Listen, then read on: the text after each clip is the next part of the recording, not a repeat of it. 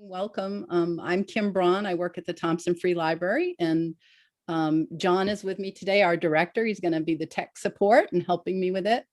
And Greta's our guru for block printing, and she's going to do kind of an overview and demo and then work on the project that you guys got some supplies for. And if you could just be mindful of any background noise and mute yourself if you need to.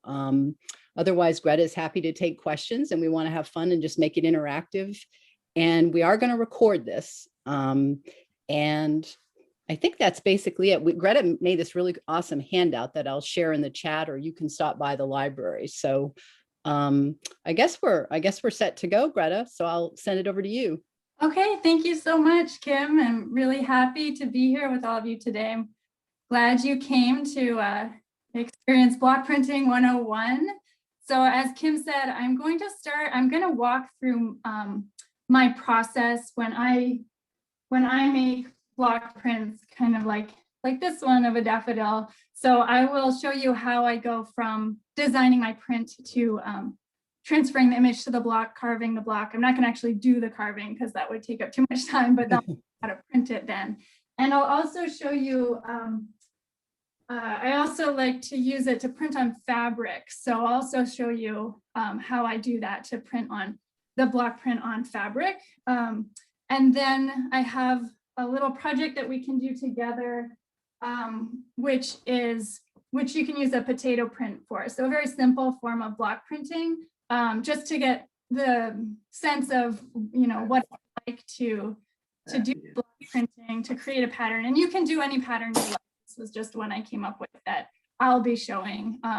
But you can really, the possibilities are endless for that. So that's sort of how today will go. And as Kim said, if you have any questions, please just shout it out. If you want me to repeat anything or show something in more detail, just let me know, because I think I might go through the process kind of quickly, but I'm happy to slow down if anyone wants that. And so as Kim also said, I made a handout. I've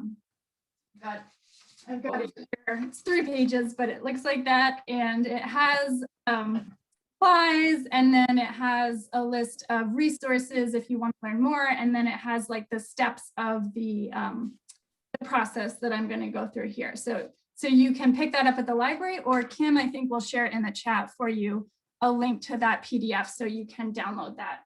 And because after today, if you want to keep exploring block printing. And I guess before we start, I just wanted to find out if anyone has done this before, any form of block printing, even the potato prints. A little bit. Yeah, I've done.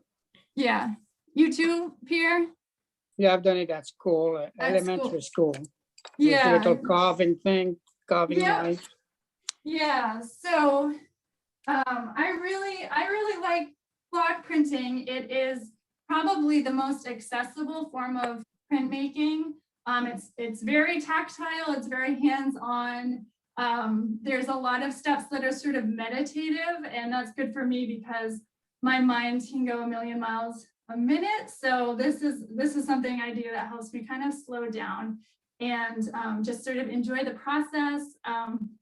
And I like that, block prints are so sort of bold, and they can be really simple, but really beautiful. And I also like that they really show your hand as a maker, all the little mistakes and things, they actually make the block prints unique and are something I think special about this form of artwork. So as I said, I'll just sort of walk through the process. I have a sort of a close-up view here if you want to see my hands more. And but I'll just be over different parts of the table. So if you want me to move at all or hold things up to get a better view, just let me know. So the first step in the process is always to come up with your design. And so when I'm doing my block prints, a lot of the inspiration I get is from nature. I take a lot of walks, and I'm always looking at, right now, all of the beautiful wildflowers that are coming up in the woods, or, out in the garden, the things that are blooming, the beautiful blossoms right now. So I tend to bring my cell phone with me and just snap photos, close-up photos of things that interest me out and about in the world. So then I draw from that usually as my inspiration. I like to do sort of botanical prints, but you know, obviously anywhere you get your inspiration is great. So the first thing would be to make a sketch of your image. And there's a sketch of one I just did the other day from a flower. And when you're sketching out your design, you want to be really intentional about positive and negative space, right? Because you're essentially working with the ink, which is going to be one color unless you do a multicolor process, but I just usually do one color. So you're going to have, you know, the raised lines that are going to print, and then you're going to have the areas of the print that are carved out that won't print. So you've got that positive and negative space. So as you sketch your design, you want to kind of be thinking about that, be thinking about what are the areas that I'm going to carve away, those aren't going to print, and what are the ones that that I want to stand out. So you get your design, and what I like to do is use tracing paper. So I'll go, once I get my design the way that I like, I'll go ahead and I'll just trace it using like a number 2 pencil or something softer. So this is how I'm getting my image onto my block. So what I'm doing is placing my tracing paper right on top of the block, and then just rubbing over it, and that's going to transfer your image onto your block. And then often you'll need to sort of go in and fill it out a little bit more. Can't tell how you can see it, but then you have your image on your block. And one of the reasons to draw something first and then transfer it onto your block is that it will print the mirror image. So you can draw directly on the block, but you just have to be aware that it's going to print in reverse. So that's one reason when you transfer it, that will create the mirror image. So when you print it, it will be the same orientation as your original drawing. So that's sort of the first step, is creating the image and getting that image on the block. So what I like to use are these soft, these are called soft cut blocks, but there are a number of different types of these synthetic blocks, and they're a lot easier to carve than, you know, obviously wood or linoleum, which are more traditional materials. They don't hold as fine a line as you would get like in linoleum, but they're really good for beginners because your knife just glides right through them. And they're really good for printing on fabric because they are flexible and soft. They have a lot of give to them. So that's nice when you're printing on fabric. And on the supplies list that's on the resource guide, I also have links to a couple of the art supply stores where I get my supplies. So now we have transferred the image to our block. It's time to carve it. And let's see. So the tool I use would just be a linoleum cutter. And that usually you can get that in a set that comes with multiple blades. So these are interchangeable, and you usually have a few different options, like a deep V, a deep U, a more narrow V that's good for the fine detailed work. And I actually like to work with 2 so that I don't have to change my blades as often. And depending on what kind of line I want, I'll choose the blade that I want. And it's a good idea before you start, you know, cutting, it's a good idea to test out the different blades and see what kinds of lines they make, see which ones you like. So you just unscrew it and then put the blade in and then screw it back in. When you hold it, you want to hold it right here in your palm, and you can put your finger along the top, and that will help to sort of guide it as you cut. And it's really important. You always want to be cutting away from yourself, and that includes your hand that you might be using to hold your block. So just make sure, however you're cutting, it's going to be away from your body and away from your hand. And then you can just rotate your block as you carve. if you need to go in a different direction. And I always start with going along the outline of my image first. So you want to start with sort of the easier areas. So going along the outline of the main image, I'll just start and you just want to apply gentle pressure, and you don't want to dig deep into it. You just want to keep the blade pretty much parallel to the block, maybe going about 1/8 of an inch, 1/8 of an inch deep. And so I'll just go and I'll start carving and go around the outline. And I think what's really fun is to sort of get into the whatever movement of the lines of the image. You can really accentuate those with when you're cutting. And some of those lines will print. It depends on how meticulous you are about carving out every single little piece of your block. But I think it's really pretty that when there are some lines that are left. And so I always try to sort of follow the lines of the image, even when I'm not cutting directly around the image. And that way those lines sort of add an extra dimension to that print. So you can go ahead and carve out your block. And remember, you're carving out the white space.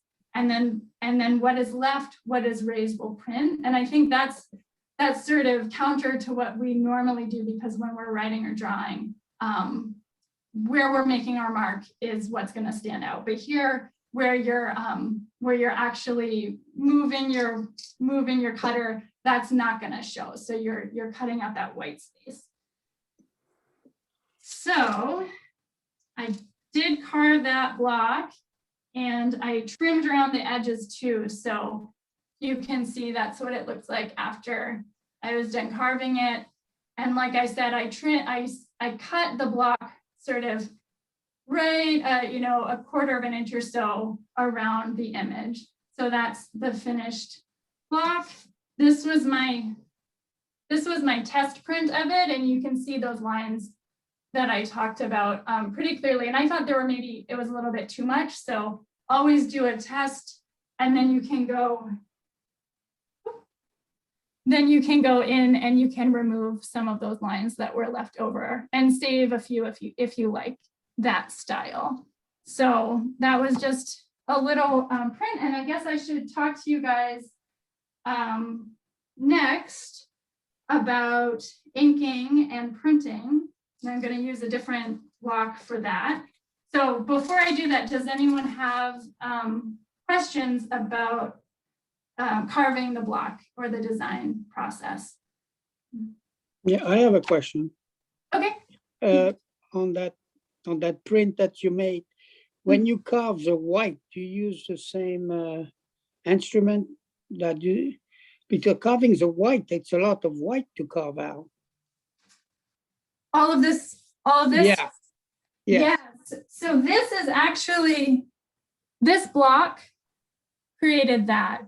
So yep. So it's just, that's the paper, that depending on how big the paper is that white space you'll get around. Okay. And like I said before, you can trim if your block is, because your blocks will come in all different sizes. These are 4 by 6 inch blocks. Mm-hmm. I forgot to say, whenever you do your design sketch, you'll want to make sure it fits within that block. So I'll usually trace whatever block I'm going to be using. I'll trace that onto my my sketchbook or something and draw within that boundary. But after you're done carving it, or while you're carving it, you could cut out the areas that aren't going to print. Yeah. Because then you don't have, you're right, you don't have to do all that extra carving. But it goes pretty quick if you're using one of those wide U blades. There are those wider blades that. Okay, there's a wider tool. Yeah, so I don't know if you can see, but like this one, how do I show that? That's a wider U, and this is a little bit of a narrower. Okay, all right. And then it gets more narrow than that for the fine lines. As I said, this material doesn't take the fine lines too well. You can use it, but I tend to stick with like kind of bold lines for this particular material. With the linoleum, you can get really detailed. So good question. Anything else before we go on? Okay. So on to the actual printing process. The materials that you'll need, you will need your ink. And I use 2 different types of ink. If I'm printing on paper, I might use this block printing ink. And then for printing on fabric, it works well to use the fabric screen printing ink. And both of these are water-based inks, and you can get them in different brands. But yeah, either the fabric screen printing ink, so textile ink, or the block printing ink can be used. You're gonna need a surface to roll your ink out on. I just use this glass artist palette. It's just basically a piece of glass. You can use a piece of acrylic, or you can use a plastic plate if you have a flat plate, or even like a cookie tray. Anything flat and non-porous will work for you to roll your ink out on. And I like to put a piece of paper, because I'm using glass. If you have something clear, you can put a piece of paper underneath. That way you can see your colors better when you roll them out. You can mix these colors, and I do mix some colors. So I try to save like good reusable plastic containers, because you want to, mix a good amount depending on what project you're doing. If you're printing fabric, you might need a bit, quite a bit of ink. So instead of mixing it right on the inking plate, I would mix it, you scoop it with your little popsicle stick or a spatula, something like that, mix it in a new container, and you can save that color. So we've got the ink, we've got the inking plate, and then you need something to roll it with. And I just use, it's a mini paint trim roller that you can get right at the hardware store. And these are inexpensive, and you can get extra little roller foam things. They're not foam, but whatever they are. And you can wash them. So you can see these are all kind of gray colored because I've reused them and washed them a bunch of times. It's messy, but it's a, it's good way to be reusable. But if you can also use, this is more traditional, this is a rubber brayer. So either one of these, this is what you're going to be rolling your ink out with. And the reason that I use this paint roller from the hardware store, it's a little bit more absorptive, and that also works well with the fabric and the fabric ink, because it holds a little bit more, right? So on paper, you can have a little bit of a thinner application, but with fabric, that's gonna like soak it up. I think that's the reason, but this works really well for the textile ink and fabric printing. So you've got your ink, you've got your roller or your brayer. And so the next step is to roll out your ink. And right now I'm gonna be printing on paper, but even on paper, you can still use the textile ink. So I think that's what I'm gonna do. And you want to take not too much, I would say start small, because it's better to add ink than to have a whole bunch of ink making things messy. And you take your roller and you just want to kind of roll in one direction and get that all covered. And you'll find you can tell sort of when you've rolled it out to the right level of thinness. It kind of feels and sounds kind of sticky, like tacky. So you've got, basically you want to get your roller all covered.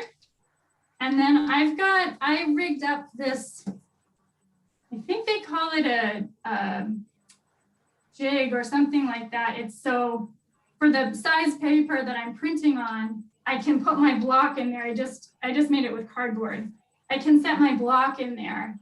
And then when I lay my paper on top, it's gonna be in the right position for what I want to print. So you can make that in any size. So for me, again, these blocks are about 4 by 6 inches. this is actually a different kind of soft block, but similar idea. And my paper that I'm using, that's 6 by 9. So it's gonna have an inch border on each side and 1.5 inches on the top. So I've got my roller inked, and now I'm gonna roll it out. And you don't wanna put a lot of pressure on it. You wanna just kind of go gently. If you put a lot of pressure on it, ink will get down into those fine lines. You just wanna roll it out gently until all the surface is covered. Let me see if I can show you guys that. Show you here. Oh, cool. Yeah, I always love I it. like that. When you put the ink out, you can see your image and you think, oh, that looks neat, or maybe not. But then take your paper. And so this is why I made this. I can lay my paper right here in that corner and just kind of set it down. And now you have a choice. You can just rub it with your hand, and that's what I do. I'll show you when I do the fabric, but you can also use this as another printmaking tool called a Baron, and that will help to get a little bit more of that even pressure. So you just want to rub it with an even pressure.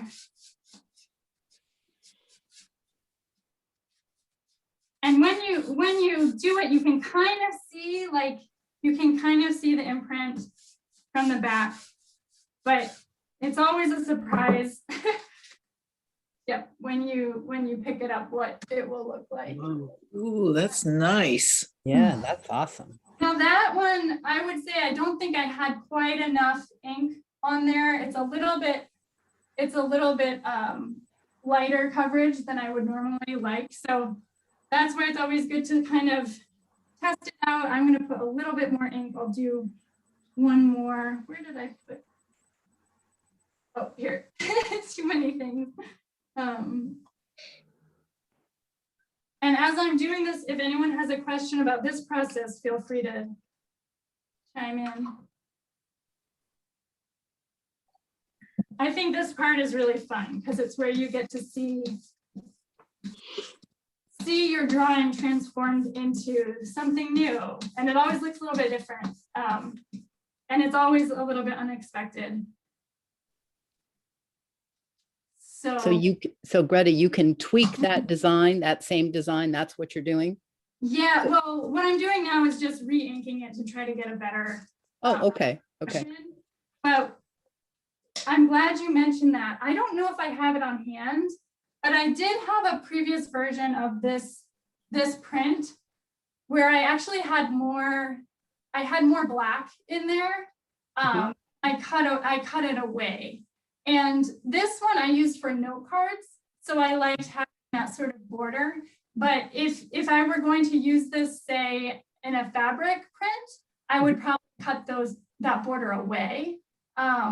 So yeah, you can always make those changes. You can always cut things away and trim things off, but you put them back on. but you can do prints of multiple blocks. So I could, say I made a mistake with the stem and I just decided to get rid of the stem altogether and just have the flower. I could make another block that had the stem and the leaves, and you could use that to do a nice multicolored print, like with the leaves one color and the flower another color. Yes. So there really never is a mistake that you cannot make something out of. I like that. About it too. Now I was talking a bit, so I don't know if this will come out any better, but we'll see.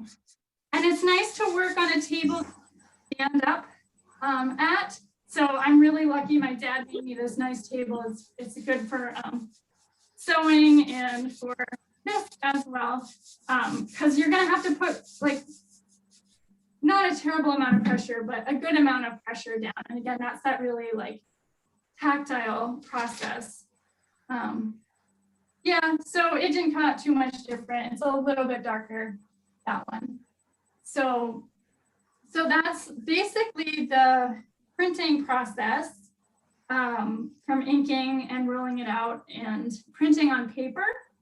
And if you guys want, I will just show you real quick this similar thing, but doing it on fabric.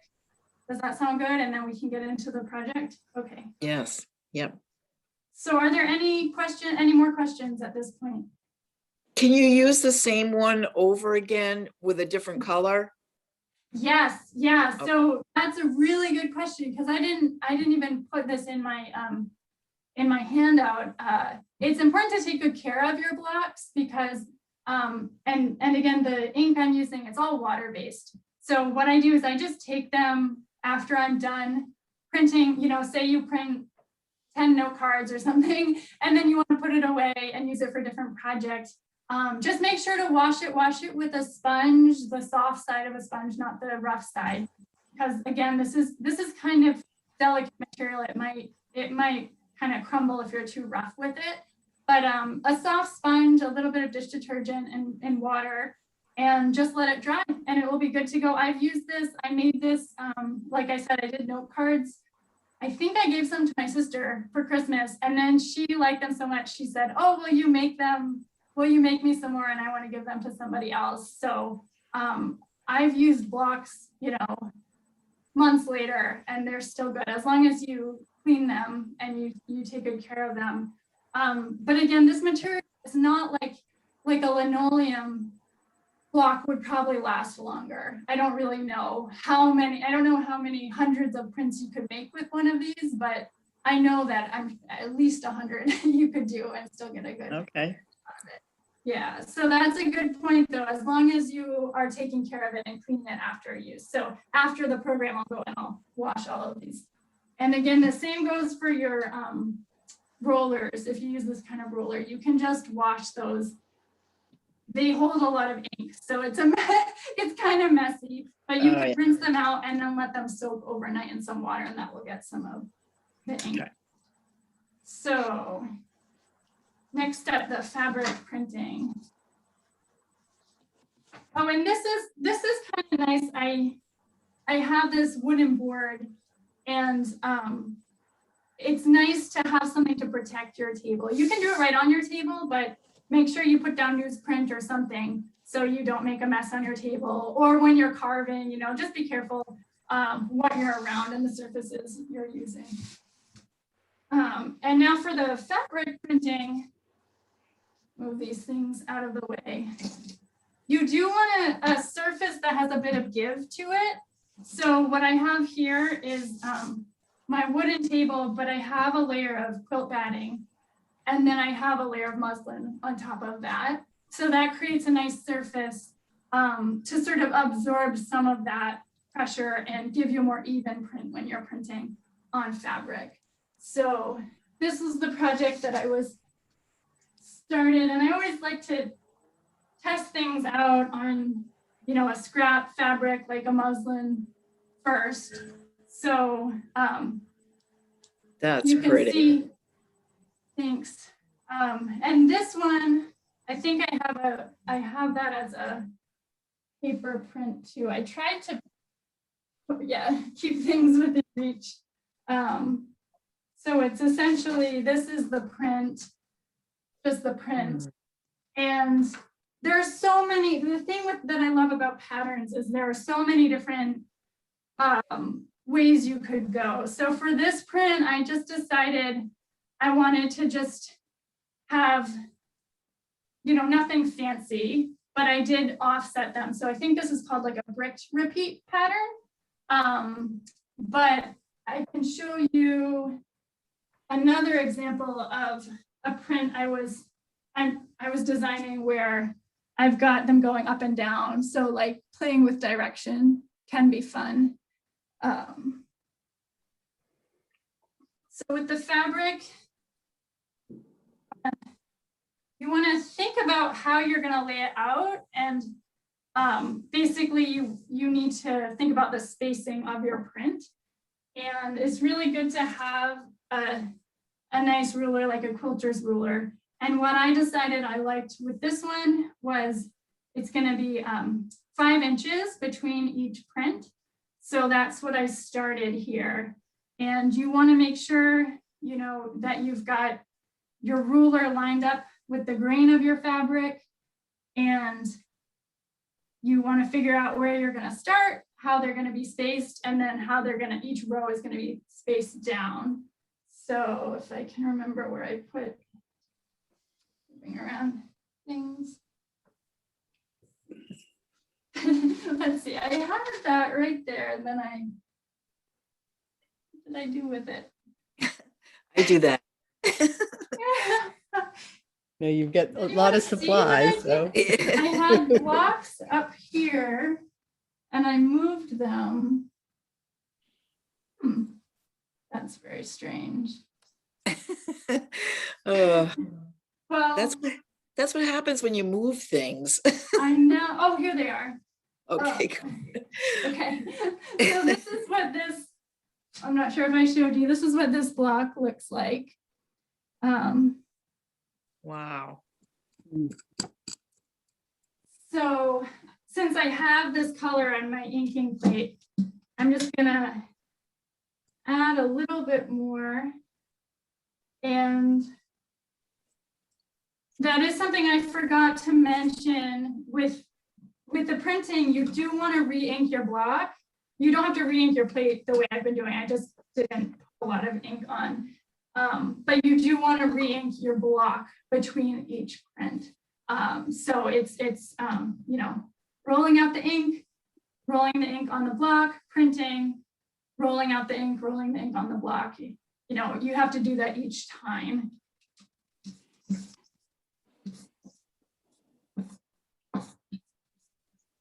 Does the fabric have to be a certain type of fabric? Thank you for asking. I believe that it works best to print on more like natural fabrics. So cotton is going to take it well, linen cotton blend, cotton silk blend, anything that I would stay away from more synthetic fabrics just because I'm not sure how well they would take the ink. And also you're going to have to heat set it as well. So some of those more delicate fabrics that might be trickier. So basically, after the ink dries, to go ahead and iron it will heat set the ink on the fabric. So yeah, I like to just mainly use like your natural cotton or linen type fabrics. I think those are easiest. And you can experiment with colors, you know, because you can get inks in white, you can get inks in light colors that you could print on dark fabric and all of that. There's a lot to play around with. And you could do multiple prints and multiple colors on one piece of fabric. I'm just doing something pretty simple today. So I've got 2 rows here. And so besides the space in between each print, you also want the space from one print to the next down below. And I measured that right at 6 inches because I have them kind of close together. So I think I have. So what I'm going to do is line up this ruler, this edge. I want.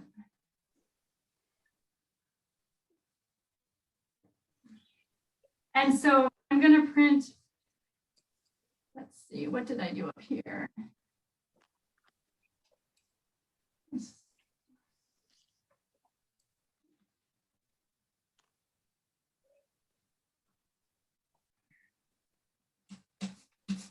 I'm running out of room, but I would normally not have my block right on my fabric, but this is just kind of testing out this print anyway. So I'm rolling that out. What I've done, I've marked the center. I don't know if you guys can see that. Just marker the center point so that I can line it up at the right place on my ruler. And then I really like this because I just use my hand and just press into it. And again, it's a very physical process. And then you peel it up and you have your print. So I like that. Thank you. So then I just go right along. I wouldn't normally have moved it like that, but I'll go right along, and 5 count out 5 more inches because that's what I've determined the space in between my prints will be. Greta, once it's heat set, is it washable then? Yes. Okay, thank you. Mhm.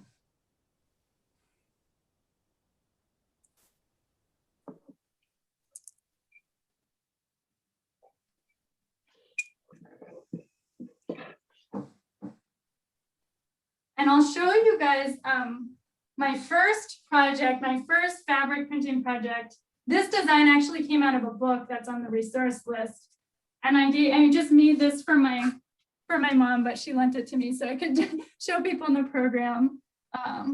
So that's like a little tablecloth that I made. Oh, that's so cool. Cute because it has a border as well. Oh. But yeah, this one has been washed before a number of times, so you can see the color is still good. Nice. And the colors won't be, like this is actually, I think, pretty vibrant, but like with this one, you can see it's it can be a little bit more of a muted color. This is actually like a dark navy blue, not a black.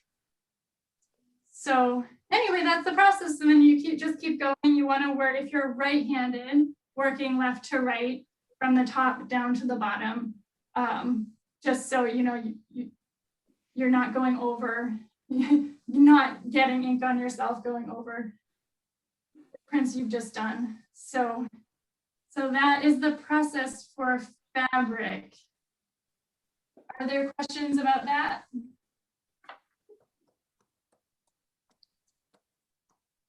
Okay. It's probably time. Let me check the time. Oh yeah, okay, it's after 2. So let's get into, do people have their actually paint is what you picked up at the library, acrylic paint. And Yes. yep, yay, okay. And a potato or a couple of potatoes and okay, awesome. And a knife. It could be an X-Acto knife or any kind of like sharp kitchen knife. Perfect. I gotta go get my potato. Okay.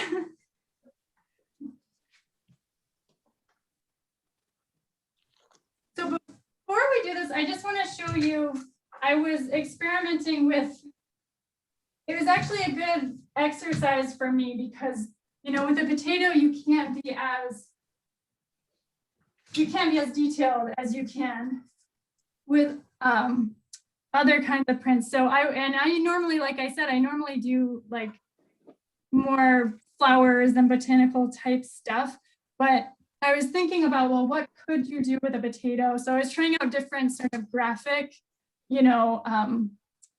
different very simple things, but making kind of neat patterns with them. So like just simple things like diamonds or squares or lines or triangles can create kind of neat patterns. So I'll put these maybe here so people can see that if they want, and I can, and then this was what I thought I would walk people through if you'd like. So I can show you how I put this together. Where are my potatoes? So this one had I had 3 pieces of a potato. So I had the petals, which are just like that. So one of the orange things is one of my blocks. The round center of the flower, and then the leaf design as well. So obviously you don't have to follow this design, but I'll walk you through it if you, for those who want to, and for those who want to try out different designs.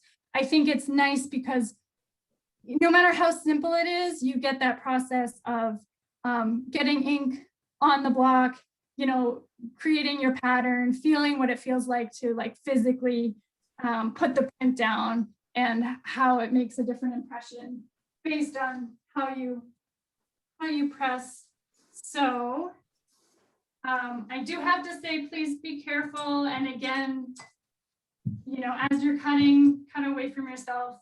I don't want anyone to get hurt. So, let's see.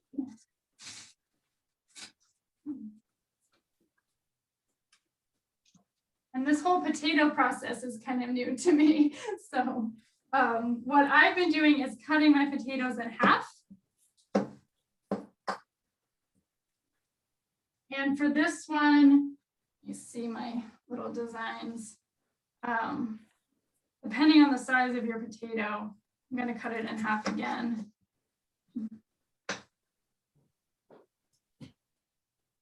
And so I'm going to start by making the petal shape.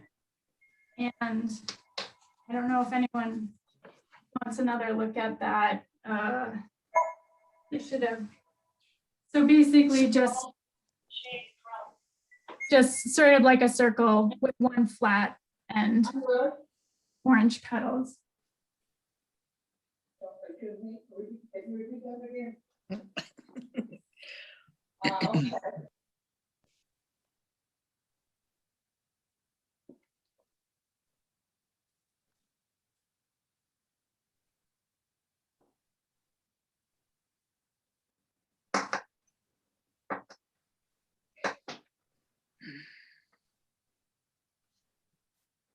Oh.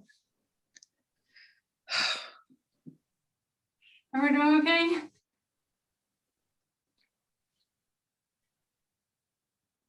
think it's hard to get a curve on a potato.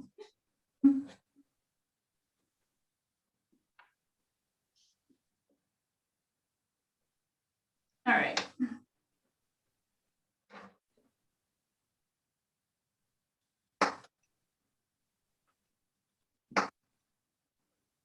And the other thing with the potatoes, they're kind of, you've probably noticed when you cut into it, there's like a bit of juiciness to it. So I forgot to say this, but if you have paper towels or something on hand, it's good to use a paper towel to kind of dry that off. Mm-hmm.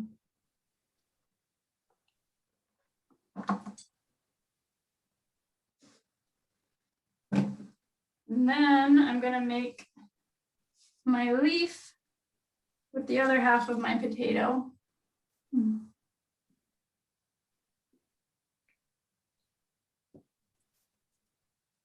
you can just play around with whatever shapes you like.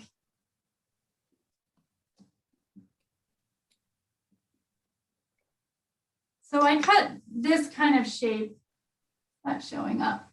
And then what I did is I cut the cut a line in the middle to have that sort of leafiness to it.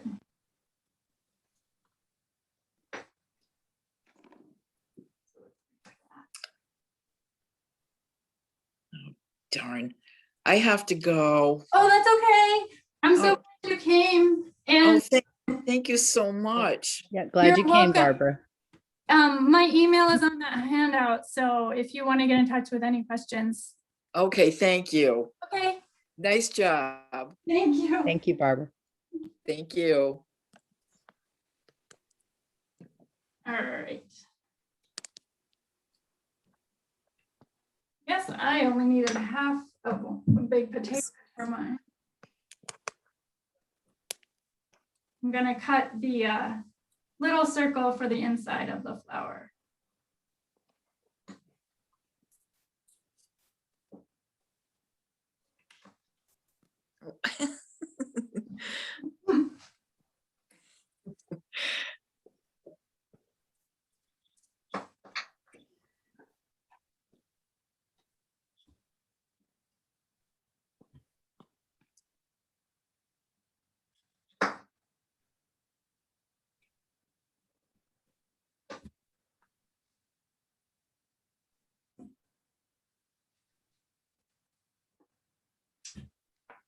I'm gonna actually put this here so people have a reference for doing that one.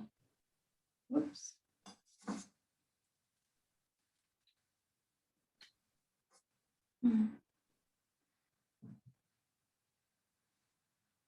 Now, one thing, whatever kind of pattern or print I'm doing, I like to first just play around a bit with it and see what works. So for that design that I'm showing you, I just kind of like had the shapes that I was playing around with different ways of putting them together. And so you can see it's sort of like there's first playing with the prints and then coming up with the pattern. So here's my paper.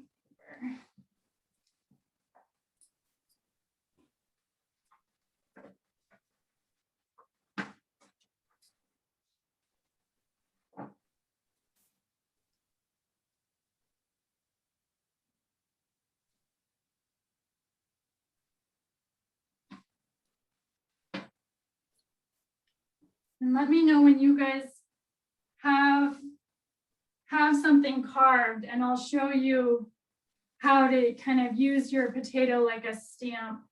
That's what the sponges were for. Where did I put? Oh, here.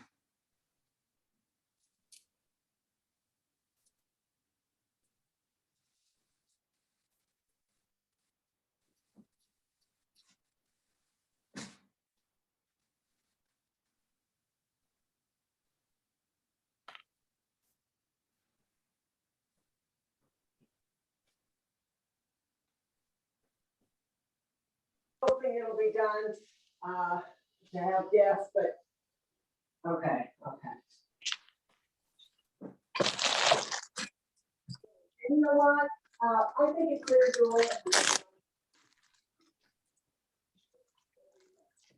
I'll let you go. I know you're busy. Anything else that we need to check?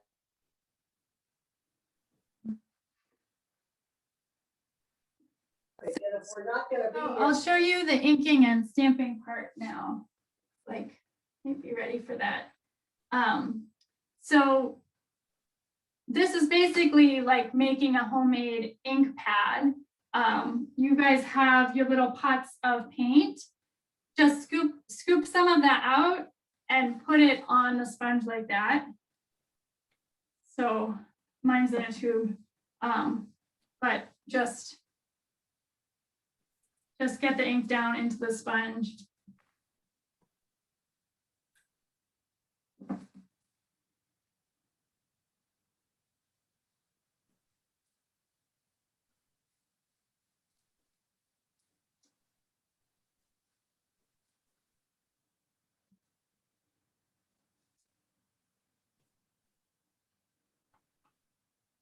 And then when you're ready, take your leaf, if you're doing this design, and basically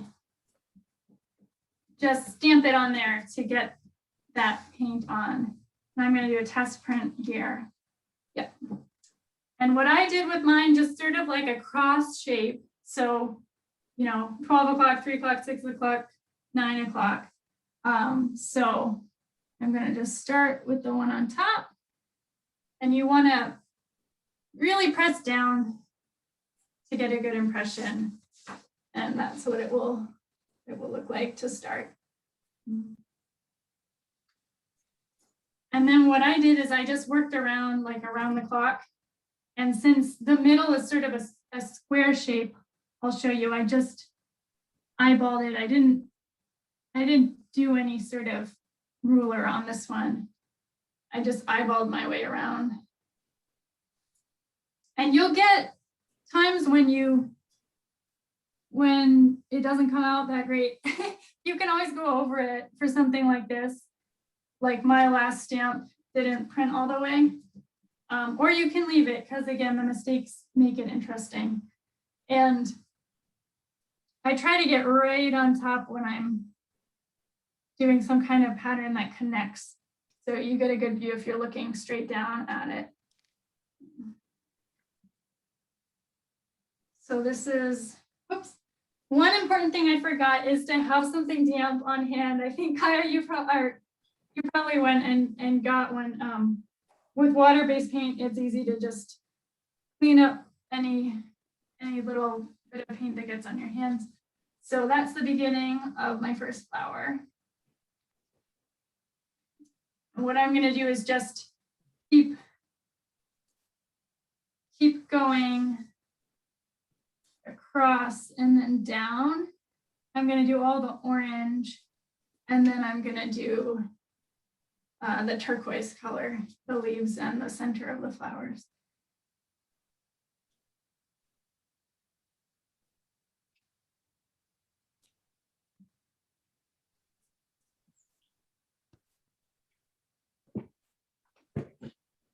Yeah, and if anyone has any questions, just feel free to unmute yourself and ask, or have any issues or whatever. Yeah, and I'd be interested to see like how it feels, like if you guys are stamping, if it's coming out the way you like or not.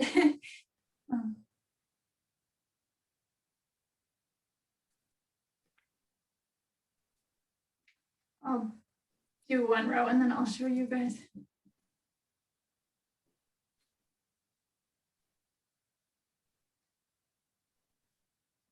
How's it going?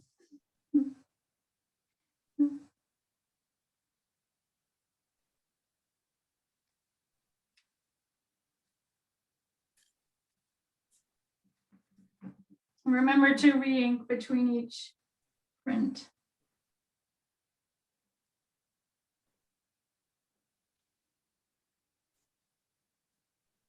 Yeah, I just did one and I didn't press down on the whole potato, so only part of the petal came out. So I'm gonna go right over it and do that again.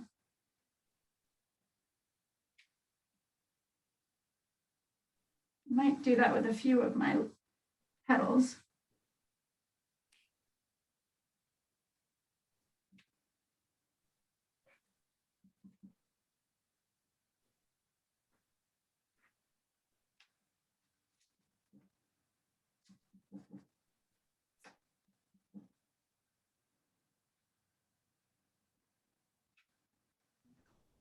So I'll just show you the, oh my gosh, Oh, that's cool. beautiful.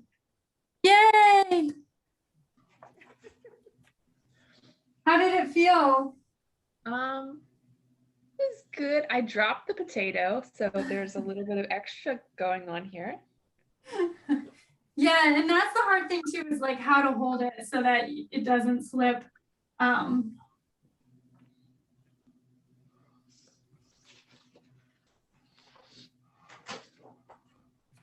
So it's always good to also have, yeah, like multiple pieces of paper. So if you mess up, you can start again.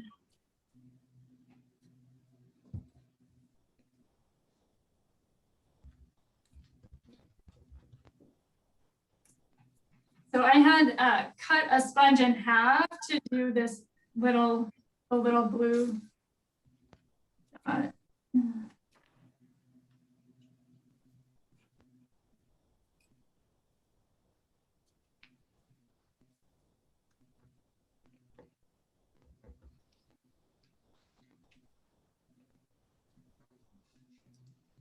So I have my first row.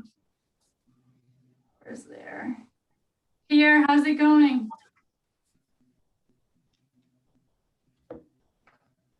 Oh, you're muted.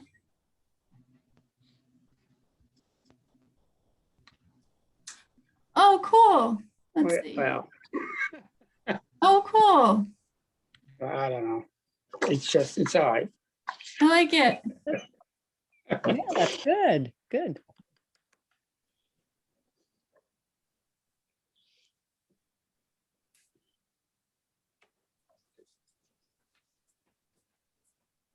Hey, Greta, Yeah. where do you get your material? So I put this on that handout. So definitely pick one up at the library. There's a art supply store in Portland, artist and craftsman supply. I like to order from them. And they have on their online store, they have a printmaking section. And then there's Blick Art Materials, and they've got printmaking supplies as well. So those that I tend to buy from.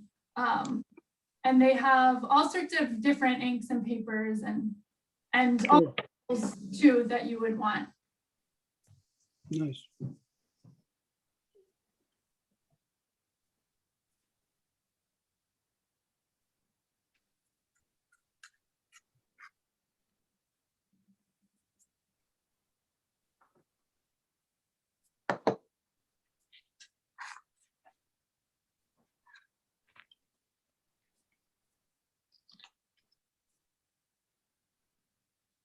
Hey, Phyllis, we're gonna want to see yours. I don't think so. You're no fun. Not required.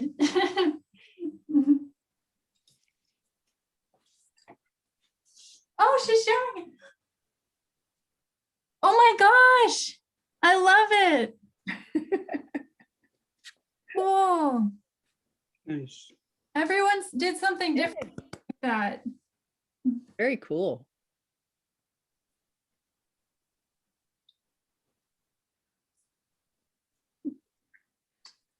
So as I was saying, the soft blocks, they're not very expensive. They're less than $2 if you buy them.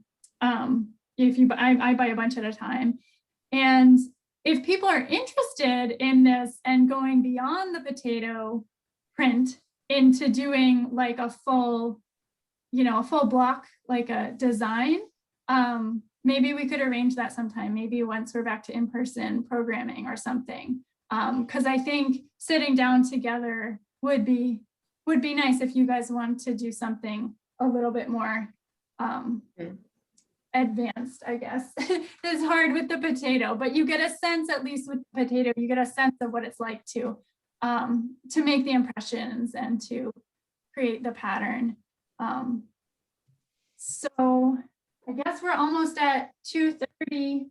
Does anyone have any final questions or? Yeah, beyond that, like, beyond the potato. Yeah.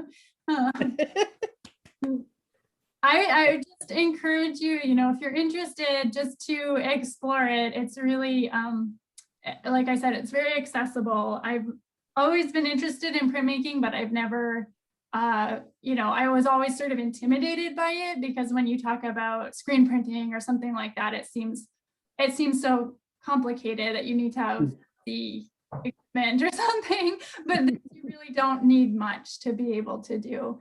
And it's pretty low tech, which I think is nice. And as I said, the process from the carving, which can be a little tedious, like you said, Pierre, getting all that, space carved out. But if you get into a rhythm, it's kind of meditative. And same with the printing. When you're printing a lot, you just get into the zone. So I like that about it too. And you don't use linoleum then anymore. What's Linoleum? that? You don't use linoleum anymore? You use that, or you never tried? I have some linoleum. I tend to go for this just because it's so quick. It's quick to carve, and again, it works well with fabric.